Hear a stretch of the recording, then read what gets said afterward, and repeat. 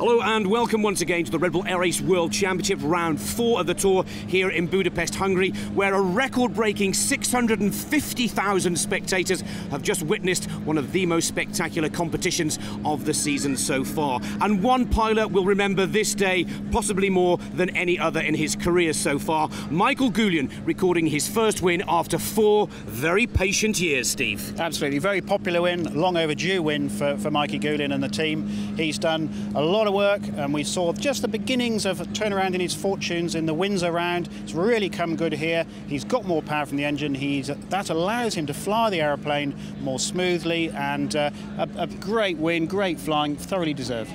Probably the most popular win of the season so far, but the media, the fans are all focusing on the race for the World Championship title of 2009, and once again here in Budapest, Paul Bonhomme and Hannes Arch locked horns. It really was quite an outstanding final 4 round, but this time Paul Bonhomme surprisingly came out on top. Second position for the Brit gives him 10 points, a 2-second penalty for Hannes Arch gave him 4th position, and only 8 championship points. We see the leading board change again. This time Bonham's 1 point ahead. Absolutely, we weren't really expecting this. Bonhomme has failed to shine this week, and he did what he could on the day. We suspect they've had a lingering technical problem, and Bonham's just managed to fly through that. He's going to have, we hear rumours, more power by the time we get to the Porto round.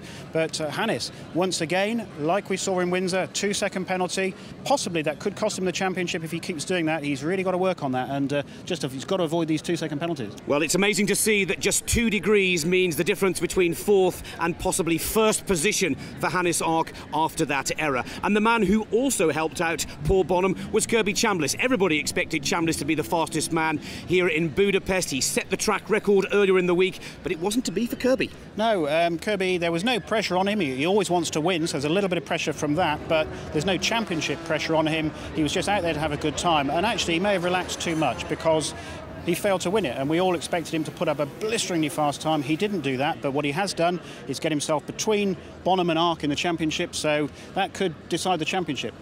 Well, this man has been mentoring the rookies before this season and during the World Tour. Tell us a little bit about Dolderer and Matt Hall. Pretty impressive again. Absolutely. Dolderer proved that he has got a level head. He didn't try too hard when the pressure was on, just failed to do it on the day, but nice, sensible flying. Hall, a little bit disappointing. You know, some penalties that we don't usually see penalties from Hall, and that's just knocked him down one stage in the championship. He'll be disappointed. Let's take a closer look at the official result from round 4 of the Red Bull Air Race World Championship. Confirmation of the result from round 4: Goulian from Bonhomme, Chambliss Arch, Dolderer Mangold, Hall Ivanov, Lamb Bejonet, McLean Maroya, McLeod Dell and Rachmanin. After 4 rounds of 6, these are the championship standings. Paul Bonhomme, for the first time this season, goes 1 point ahead of Hannes Arch. Ivanov is 3rd. Then we see Mangold, Hall, Chambliss, Lamb, Goulian, Rachmanin, Bejonet, McLean, Dolderer Dell, Maroya and McLeod.